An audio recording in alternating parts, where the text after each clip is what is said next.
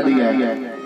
यमराज जी बोलते भैया इस व्यक्ति को नरक बड़े सुंदर लगते हैं, बार बार नरक में आ जाता है, तो अब तू यहीं पर रहे। तो बोले अब मैं यमदूत का काम करता हूँ, यहाँ किस लिए आए हो? इस गांव में बोले एक व्यक्ति है वो कुछ समय बाद मरने वाला, उसको लेने आया हूँ, लेकिन उसमें अभी 5 मिनट का समय है, इसलिए आपके पर दर्शन को आ गया। गुरुजी ने कहा वो अभी अभी लगन सुधवा के गया अपने बेटे की। बोले क्या करें, विधि का विधान ही ऐसा है, जब तक उसके बेटे की लगन नहीं सुनती वो मरता नहीं। लिखाई ऐसा कि इसके बेटे की लगन सुधेगी जो मर जाएगा। अच्छा, जब गुरुजी ने देखा कि आधे घंटे बाद वो व्यक्ति जिसका नाम ले रहा था वो मर गया, तो गुरुजी ने उससे कहा भाई यदि तू यमदूत बन गया है तो एक बार मुझे सदैह नरक देखना है। तू अपने मालिक से जाकर कहना कि हमारे गुरुजी सदैह नरक देखना चाहते हैं। गया वो यमदूत यमराज के पास पहुंचा है और जाकर कहा है कि यदि आपकी आज्ञा हो तो मेरे गुरुजी कह रहे हैं मुझे सदैह नरक देखना चाहता हूँ, ले आऊं? यमराज ने कहा ठीक है ले आ, दिखा देना। आया, सदैह गुरुजी को ले गया नरक। अब नरक में जाकर बताया कि किस को कर्म के करने से कौन सी सजा मिलती है।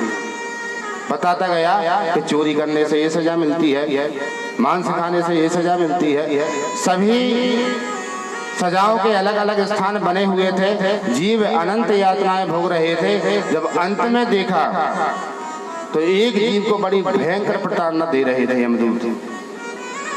उसको मलमूत्र के कुंड में डुबो दिया और जैसे ही बाहर निकलता और एक यमदूत मुकदर जैसे ही बाहर निकलता उसमें खींच के मारता, फिर अंदर चला जाता, फिर बाहर आता, फिर मुकदर से उसको मारता। लेकिन उसको सबसे ज्यादा यातना दे रहे थे, लेकिन वो प्रसन्न होकर हंस रहा था।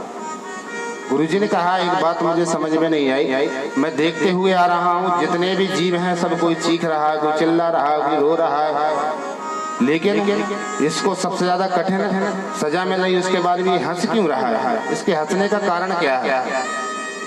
कहा गुरुजी इसका एक कारण है, ये इसलिए हंस रहा है कि इसको पता है कि अभी इसके वंश में 1 घंटे बाद बहुत ही सदपुरुष पैदा होने वाला है। इसका जो पोता है वो पैदा होगा, लेकिन वो बड़ा ही धर्मात्मा, बड़ा ही प्रतापी भगवत भक्त निकलेगा, तो उसके जन्म लेने से इसका मोक्ष हो जाएगा।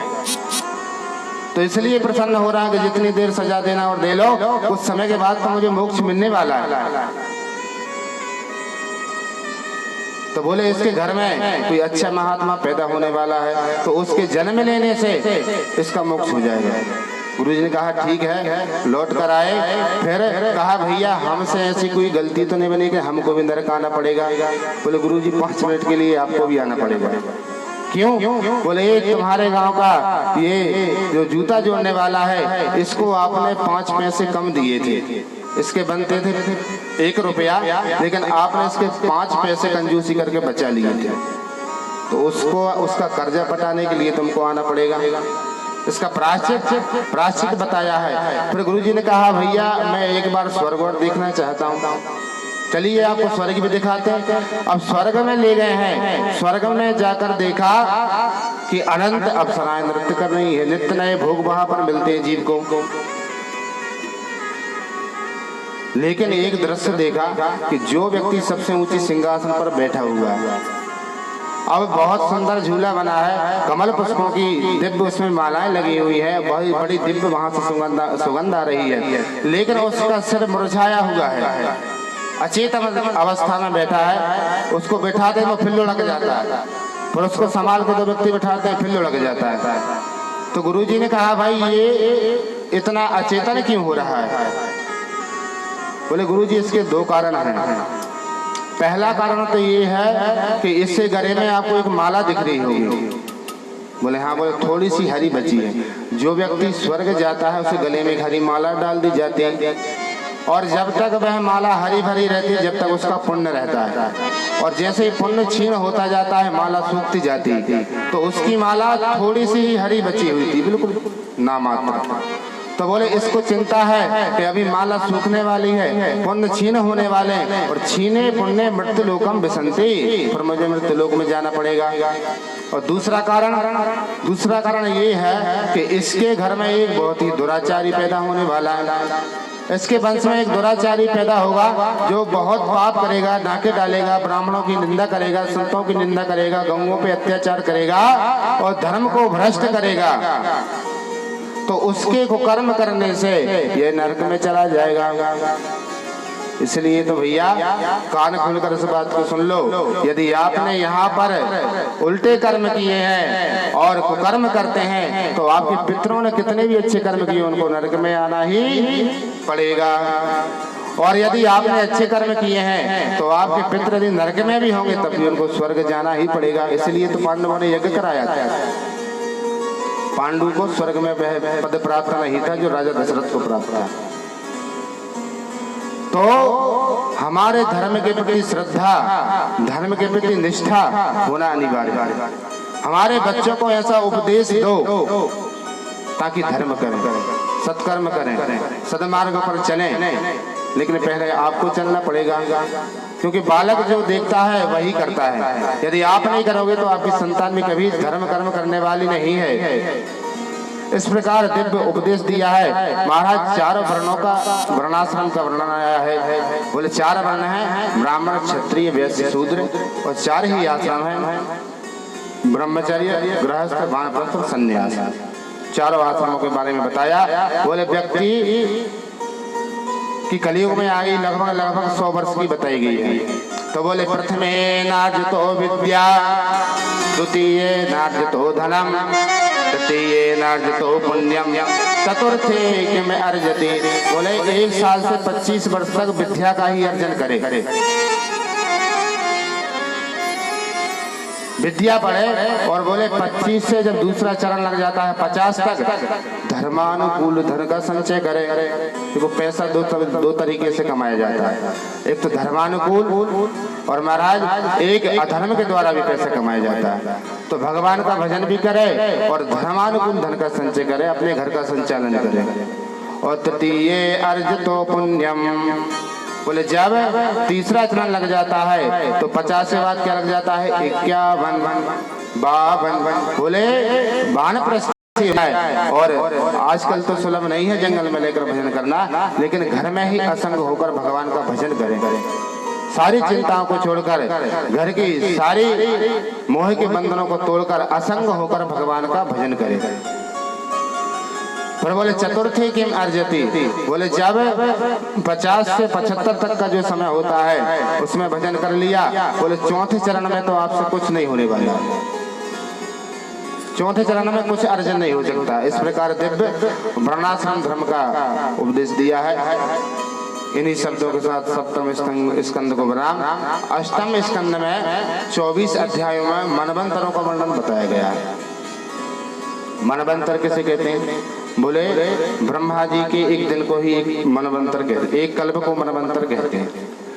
कलयुग की आयु है 4,32,000, द्वापर की आयु है 8,64,000, उससे 3 गुनी महाराज त्रेता की, उससे 4 गुनी सतयुग की, संख्या हुई 43,20,000 वर्ष, चारों युग मिला के। जब हमारे चारों युग 1-1 हजार बार निकल जाते हैं तब ब्रह्मा जी का एक दिन होता है। और ब्रह्मा जी के इस एक दिन में 14 मनवंतर हो जाते हैं। मैं निवेदन कर रहा था आपसे कि 72 चतुर्युगी का एक मनवंतर होता है।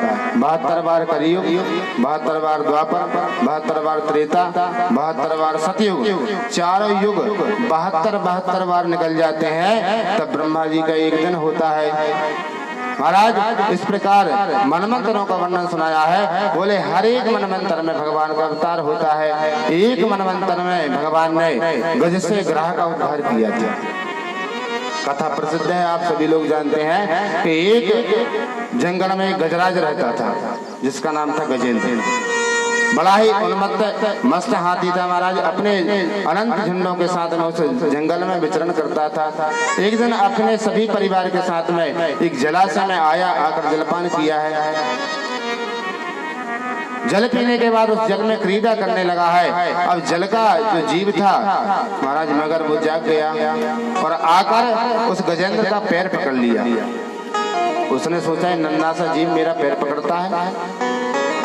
हाथी ने खींचकर मगर को बाहर कर दिया, लेकिन जब बाहर जैसे ही पहुंचा है मगर ने अपनी ताकत लगाई, पुनः हाथी को अंदर ले गया। अब जितने उसके साथ में परिवार के लोग थे सभी ने ताकत लगाई, लेकिन हाथी को बाहर नहीं निकल पाए। अब तो समझ गया कि जिसको मैं नन्हा सा जीव समझ रहा था वो साधारण नहीं है। पूरी ताकत लगाने के बाद में 1 दिन 2 दिन 3 दिन महाराज, अब तो परिवार के लोग देखने लगे कि अब कब तक आपकी आस में खड़े रहेंगे। भूख के मारे पूरा परिवार तड़प रहा था। अब तो घर के लोगों ने कहा अब हम तो जाते हैं। जैसे ही हाथी ने देखा कि मैं जिनके लिए पूरा जीवन भर मेहनत करता रहा और आज छोड़कर सभी जा रहे, हाथी को आत्मग्लानि हुई। उस गज ने सोचा कि जिनके लिए सब कुछ किया, पूरा जीवन का बोझा ढोया, लेकिन अंत समय में सभी मुंह मोड़कर जा रहे हैं। अब तो इसने भगवान को याद किया है। ओम नमो भगवते तस्मै यस्येदाच्यदात्मकं पुरुषायादि बीजाय परेशाया विधीमहे। अब आकाश में अनंत देवता छा गए, स्तुति करता लेकिन किसी का नाम नहीं लेता है। ब्रह्मा जी ने सोचा यदि एक बार भी मेरा नाम उच्चारण करेगा मैं इसकी रक्षा के लिए पहुंच जाऊंगा। इंद्रादिक देवता सोचते हैं कि मेरे नाम का उच्चारण कर दे तुरंत इसकी रक्षा करेंगे, लेकिन किसी का नाम नहीं लेता है। भगवान ने सोचा जो किसी का नाम नहीं ले रहा वो स्तुति हम हमारी ही मानेंगे। देखिए भगवान कितने दयालु हैं। हम कहते हैं ना कि भैया कोई कथा का यदि हमारे घर चिट्ठी पत्री भेजेगा तभी जाएंगे, हमारे नाम से हमको बुलाएगा तभी जाएंगे। जब परमात्मा भक्त पे कृपा करने के लिए बगैर बुलाए जा सकते हैं तो हम भगवान के कार्य में बगैर बुलाए नहीं जा सकते क्या? अब तो महाराज जैसे इसने देखा कि भगवान नारायण अब मेरे समीप आ रहे हैं, इसने देखते ही भगवान का नाम ले दिया। एवं सोनता सरस्वरु बलेन गृहीत आर्तो दृष्ट्वा गरुत्मति हरिं उपात चक्रम उक्षिप्य सांबुजकरं गिरिमाहिकृच्छा नारायणाखिल गुरो भगवन् नमस्ते। भगवान का नाम इसने उच्चारण किया है, आकर नारायण ने तुरंत इसकी रक्षा की है, अपना चक्र छोड़ा है और महाराज ग्रह का सिर से धड़ कर दिया है। पहले ग्रह का उद्धार किया तो गज का वार किया महाराज। इस प्रकार भगवान ने दिव्य गज और ग्रह दोनों का उद्धार किया महाराज। ये हाथी की कथा नहीं, ये सब एक मनुष्य की कथा है। कथा कहती है कि जीवन भर हम परिवार की सेवा में लगे रहेंगे, संसारियों की सेवा में लगे रहेंगे। जब आपका अंत समय आएगा तो महाराज घर के लोग कहने लगते हैं कि अब तो भगवान इनकी जल्दी सुन ले। जब मनुष्य खटिया पे पड़ा रहता है, मलमूत्र त्यागता रहता है, तो घर के ही लोग बोलते हैं कि भगवान अब तो इनकी जल्दी सुन लो। बोलते हैं कि नहीं बोलते? तो गज की तरह हमारा भी मोह का बंधन परिवार में रहता है। यदि जीव भगवान का भजन करेगा तो निश्चित ही उसका उद्धार होगा। इस प्रकार गज की कथा सुनाई है। और महाराज एक दिन की बात है, भगवान के दर्शन के लिए दुर्वासा ऋषि बैकुंठ पहुंच गए। बैकुंठ पहुंचे हैं, जाकर भगवान को प्रणाम किया है। भगवान ने प्रसन्न होकर अपने गले की माला दुर्वासा जी के गले में डाल दी। दुर्वासा ऋषि बड़े प्रसन्न हुए कि भगवान ने अपनी माला मुझे प्रदान की है।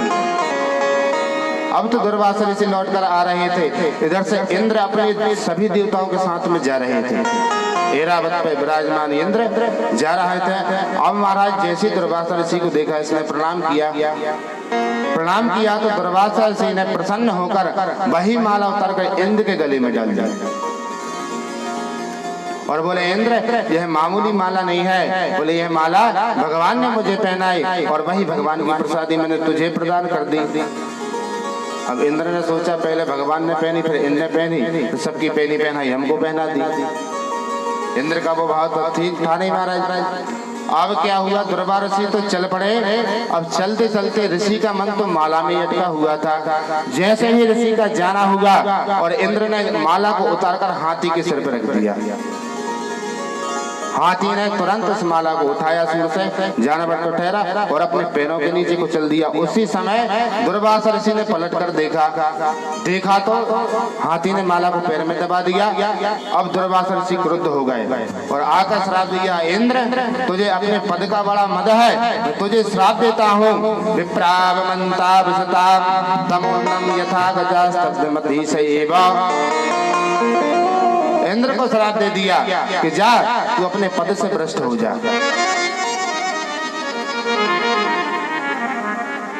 जैसे इंद्र को श्राप लगा है, दैत्य गुरु शुक्राचार्य जी को पता चला कि इंद्र श्रापित हो गया है। राजा बलि से कहा जाइए आक्रमण कीजिए, इंद्र श्रापित है, स्वर्ग पे आक्रमण किया है और महाराज दैत्यों का आधिपत्य स्वर्ग पे हो गया।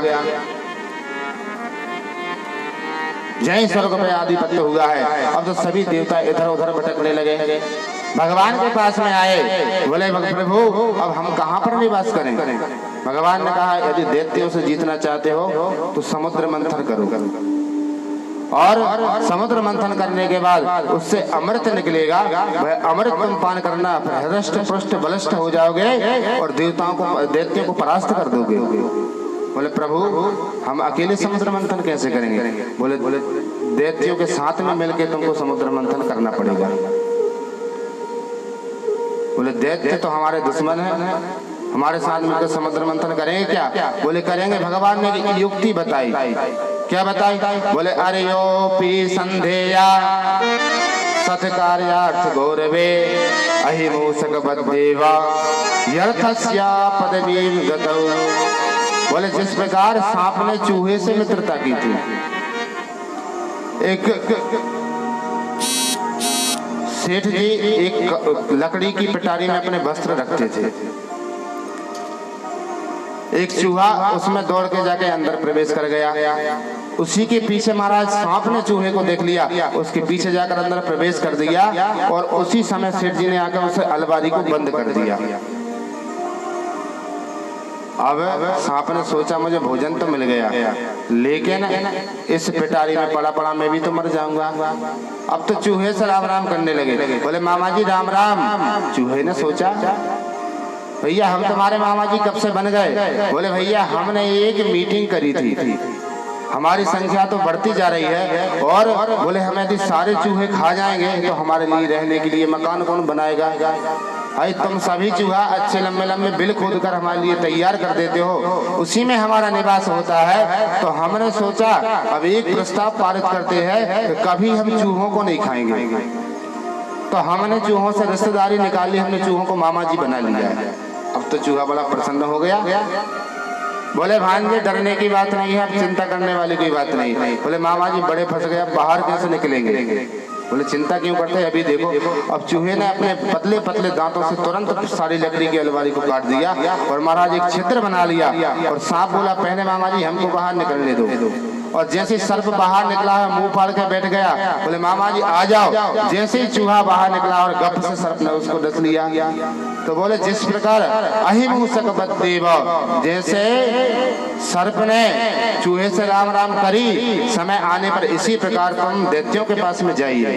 देवता सभी बात समझ गए, दैत्यों के पास में गए हैं और जाकर कहा कि भाई हम लोग सगे भाई हैं, भाई पिता तो हमारे एक है लेकिन माताएं अलग अलग। बोले तुम दिति के पुत्र, हम अदिति के, लेकिन हैं तो सभी कश्यप जी के। हम भाई भाई लड़ते झगड़ते रहते हैं। एक काम करते हैं कि हम अमृत पान कर लेते हैं, अमृत पीने के बाद लड़ते झगड़ते रहेंगे लेकिन मरेगा कोई नहीं। ठीक है। अब भैया सब लोगों ने मिलकर योजना बनाई, समुद्र मंथन किया जाए। करेंगे कैसे। बोले हम मदरांचल पर्वत को लेकर आते हैं। मदरांचल पर्वत को लेकर लेने के लिए गए हैं और जैसे ही सभी ने उठाया और उठाकर लाने लगे। गणेश पूजन ने किया था तो थोड़ी दूर लेकर आए और पर्वत गिर गया तो सभी के महाराज हाथ पैर टूट गए। दैत्य भी खंडित हो गए, देवता भी खंडित हो गए। तो भगवान के पास में गए। भगवान ने कहा ठीक है तुम्हारी सहायता हम करते हैं। भगवान ने गरुड़ पर सवार होकर गए हैं और गिरे विचारों पे गरुड़े हस्ते ने लीलया। एक ही हाथ से मधुरांचल पर्वत को उठाया है और उठाकर लाके समुद्र के समीप रख दिया। बोले अब रवाई किसकी बनाएंगे, मंथन करेंगे कैसे? भगवान ने कहा वासुकी के पास में जाइए। सभी देवता लोग वासुकी नाग के पास में गए हैं, जाकर कहा कि भैया हम समुद्र मंथन करना चाहते हैं, आपकी सहायता चाहिए। वासुकी ने कहा तुम लोग अमृत पियोगे, हमको क्या मिलेगा, हम क्यों हमारी हड्डी पसली तोड़वाएं? तो सभी ने ईश्वर में कहा कि सबसे पहले अमृत तुम ही को पिलाया जाएगा। अब तो वासुकी नाग आ गया है, आकर वो भी समुद्र के समीप आ गया है। अब जैसे ही समुद्र मंथन होने ही वाला था, भगवान ने कहा यदि देवता मुख की तरफ लग गए तो ये तो अभी विष का भ्रमण करेगा। भगवान ने युक्ति बनाई, बोले देवताओं तुम उच्च वर्ण के हो, उच्च पद के हो, जाकर मुख की तरफ लग जाओ, इसका अमंगल जो शरीर है पूछ उसको नहीं पकड़ना। अब तो देवते क्रोधित हो गए, बोले हम तो नीची खानदान के हैं, पहले हम तो मुख ही पकड़ेंगे जाकर।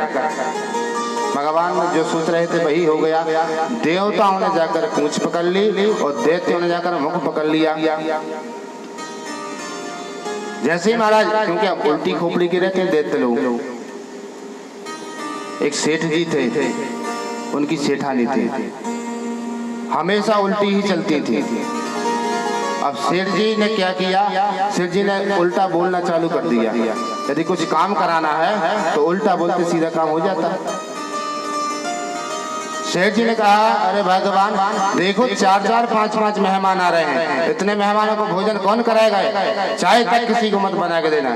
शेषा ने कहा बाजी घर में मेहमान आएंगे भोजन कौन कराएगा, अरे बेइज्जती तो मेरी होगी तुम्हारी क्या होगी, सबको भोजन कराऊंगी। तो बड़ा दिव्य भोजन सबको बना दिया। हरिद्वार का कुंभ आ गया, बोले देखो सेठानी सभी कुंभ को जा रहे हैं, हम नहीं जाने वाले कुंभ में, लाखों की पब्लिक जनता आती है वहाँ भीड़ भाड़ में, कहाँ धक्के मुक्के खाते पड़ेंगे। सेठानी बोली भाजी 12 साल में एक बार कुंभ आता है और जीवन का क्या भरोसा, मैं तो कुंभ जरूर जाऊंगा। अब देखो उल्टा बोलता जा रहा है, सीधा काम होता जा रहा है। पर बोले एक काम करना, चलेंगे तो लेकिन नाश्ता वास्ता कुछ नहीं बनाना, कौन लाता फलेगा इतना सामान।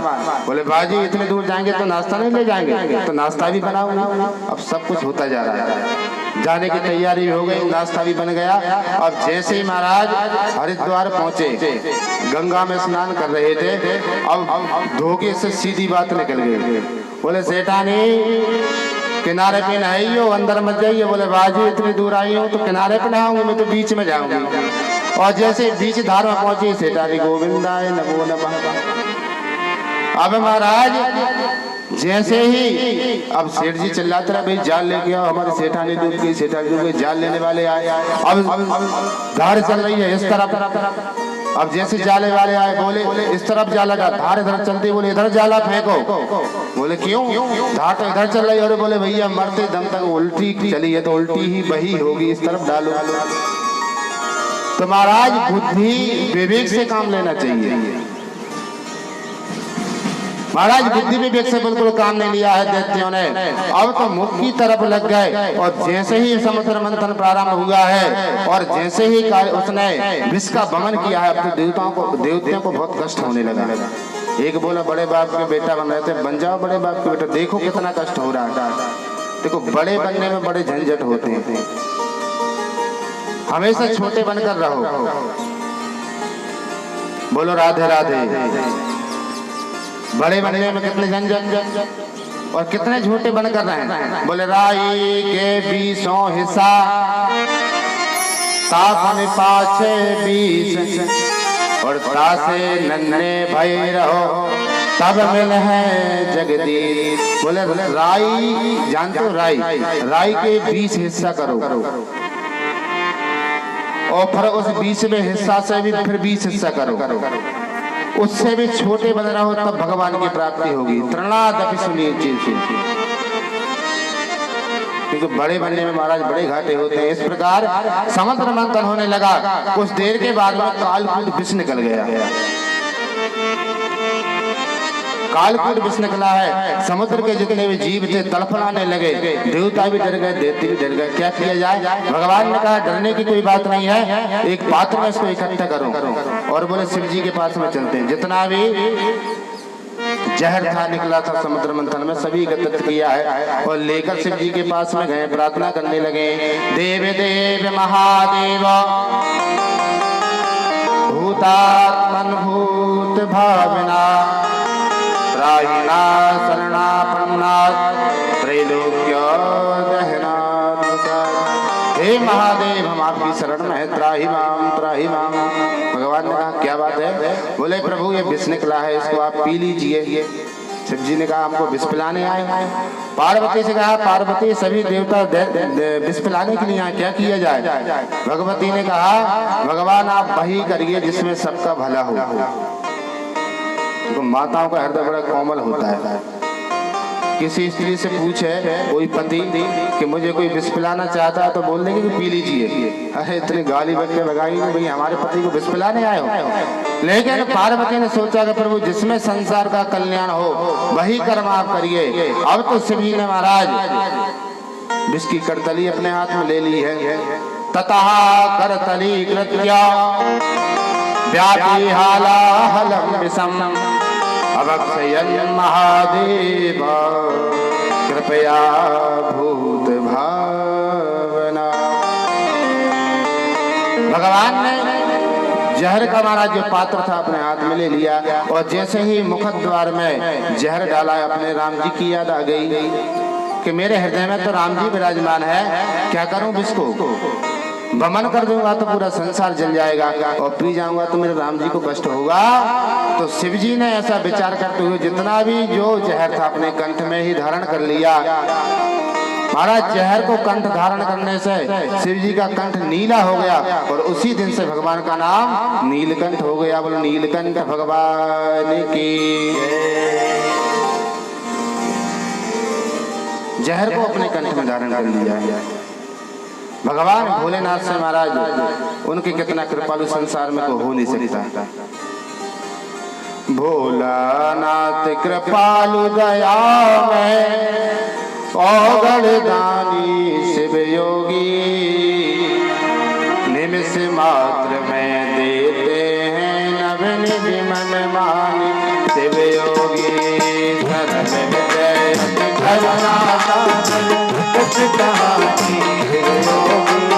भगतों पर शिव योगी स्वयं धन मन रंजन शिव परम उदार पार्वती पति हर हर शंभो खाई खाई नादार हरे।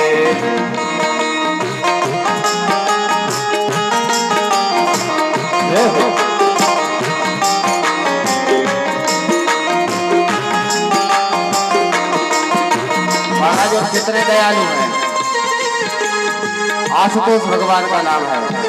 आशुतोष का मतलब होता है जल्दी प्रसन्न होने वाले। आशुतोष से मोह मई निद्रा से हमें जगा देना, विषम वेदना से विषयों की माया ईश छुड़ा देना। सुधा की एक बूंद से जीवन मुक्त बना देना। लगन लगा देना। एक बार इस मन मंदिर में कीजिए पद संचार हरे पार्वती पति हर हर शंभो खाई खाई नादार हरे। जय हो।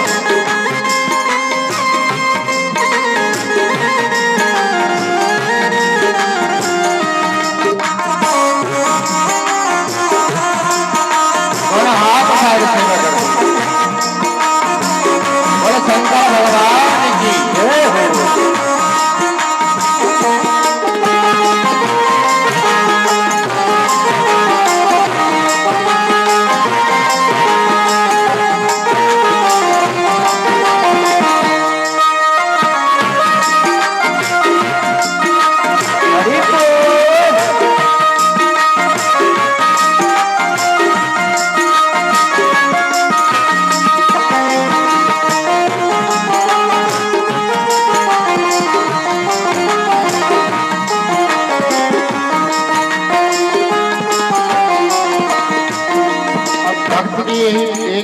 प्रार्थना भगवान से होती है। और कभी भी शिव जी के शिवालय में जाओ तो भगवान से एक ही प्रार्थना करना है कि यदि आप दानी हो तो हमको अपनी भक्ति का भिक्षा में दान दे दीजिए। दानी हो तो भिक्षा में अपनी भक्ति प्रभो भक्ति मानो वो हम चलन प्रेम की शक्ति प्रभो। दानी हो तो ऐसे असार संसार से दूर विरत प्रभो। परम पिता हो तो तुम अपने चरणों में अनुरक्त प्रभो। दानी हो निज सेवक की सुन लेना करुण पुकार पार्वती पति हर हर शंभो पाहि पाहि दातार हरे जय पार्वती हर हर शंभो पाहि पाहि हरे जय पार्वती पति हर हर शंभो पाहि पाहि दातार। तो भगवान ने जहर की करतली को हाथ में लिया तथा करतली प्रत्या व्याचे हालाहलम विषम अवक्षयन् महादेव कृपया भूत भावना। भूत भावन भगवान ने भक्तों पर कृपा करते हुए उस जहर को ही अपने कंठ में डाल लिया और भगवान का स्वरूप कपूर के समान था। कपूर के समान गौरवर्ण भगवान शिव का था, लेकिन विषपान करने के कारण भगवान का हमारा नीलकंठ स्वरूप हो गया। भगवान ने विष को पान किया है, लेकिन नाम का इतना प्रभाव था कि नाम प्रभाव जान से को काल कूटे फलो दीन अमी को। महाराज जिन्होंने अमृत पिया था वो देव कहलाए, लेकिन भगवान के नाम की महिमा कि जिन्होंने विष को पान किया वो महादेव कहलाए। भगवान शिव ने विष को पान किया है। पुनः आकर महाराज समुद्र मंथन चालू किया गया है। अब की बार महाराज यज्ञकार गले नीलम तत्साधुर्विभूषणम। महाराज पुनः मंथन किया है। अब की बार हाविर्धानी ततैव भू कामधेनु प्रकट हुई है। जैसी कामधेनु प्रकट हुई है उसको ऋषियों को दे दिया। दैत्यों ने कहा इसको हम लेंगे, देवताओं ने कहा इसको हम लेंगे, भगवान ने कहा इसको संतों को दे दिया जाए। बोले कामधेनु के घृत से ही हवन होता है, यज्ञ होता है, और यज्ञ हवन ऋषि मुनि संत ही करते हैं, तो इसकी आवश्यकता इनको है। पुनः महाराज समुद्र मंथन किया। अब की बात उच्चैश्रवा नाम का घोड़ा निकला है। बलि ने कहा इसको हम लेंगे, बलि को उच्चैश्रवा घोड़ा दिया। पुनः मंथन प्रारंभ हुआ। आपकी बात तो ऐरावत निकला है, बहुत ही सुंदर हाथी निकला है महाराज। उस इंद्र ने कहा इसको हम लेंगे, हाथी इंद्र को दे दिया। पुनः मंथन प्रारंभ हुआ है। अब तो एक दिव्य चमक हुई, कौस्तुभ मणि उसमें से निकल पड़ी है। जैसी मणि निकली है, बलि ने कहा इसको हम लेंगे, इंद्र ने कहा इसको हम लेंगे। भगवान कहने लगे तुम लोगे क्या, हमको भी कुछ दोगे? बोले प्रभु इसको आप ले लो। तो वह जो मणि थी भगवान के कंठ में धारण कर दी। पुनः मंथन हुआ महाराज। अब की बात तथाचार्य भू साक्षात श्री रमा भगवत परा रंजयंती निशा कांत्या विद्युत सौदामिनी यथा। महाराज जिस प्रकार आकाश में बिजली चमक जाती है, ऐसे ही दिव्य भगवती महालक्ष्मी का प्रकट हो गया। बोलो जगदम्बे माती की। लक्ष्मी प्रकट हुई है। अब दैत्यों ने कहा इनको हम लेंगे, देवताओं ने भी कहा इनको हम लेंगे। भगवान ने कहा संसार में जितने भी झगड़े हैं इन्हीं के चक्कर में होते हैं, इन्हीं के ऊपर छोड़ दे, किसके पास जाएंगे। दिव्य स्वयंवर कराया गया है। लक्ष्मी जी के हाथ में एक माला प्रदान की है। बोले इनको जिसको वर्ण करना होगा अपने हिसाब से कर लेंगे।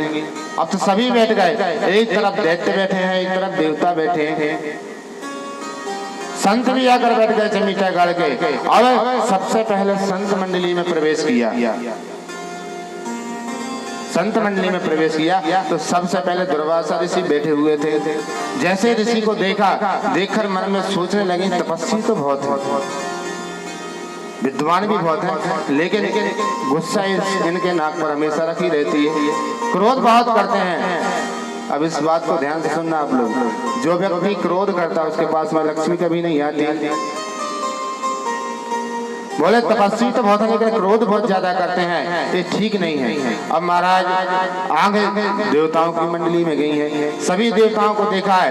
महाराज भगवान भोलेनाथ भी बैठे हुए थे, शिव जी को देखा, देखकर कहने लगे तपस्वी तो बहुत हैं और बहुत शील स्वभाव है, लेकिन इनका भेष अमंगल है।